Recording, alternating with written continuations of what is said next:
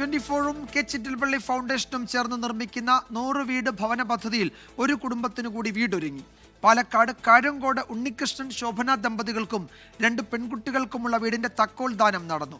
K Chittilappilly Foundation executive director George Sleeba, joint executive director B Jayaraj എന്നിവർ ചേർന്ന് താക്കോൽ കൈമാറി.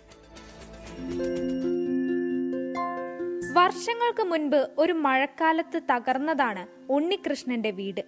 കൂലിപ്പണിക്കാരനായ ഉണ്ണികൃഷ്ണനും രോഗിയായ ഭാര്യയും 2 പെൺമക്കളും ഷീറ്റ് മേന കുടിലിലായിരുന്നു പിന്നീട് താമസം.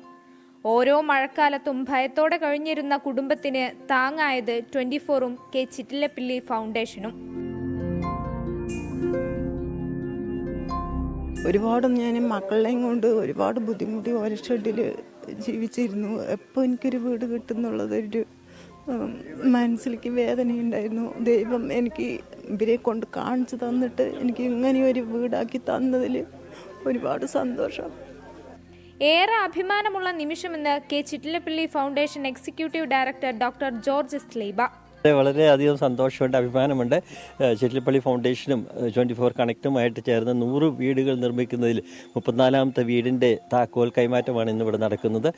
24 കണക്റ്റും കെ ചിറ്റിലപ്പള്ളി ഫൗണ്ടേഷനും ചേർന്ന് നിർമ്മിക്കുന്ന 100 വീട് ഭവന പദ്ധതിയിൽ 34ാമത്തെയും പാലക്കാട് ജില്ലയിലെ 4ാമത്തെയും വീടാണ് ഇന്ന് കൈമാറിയത്.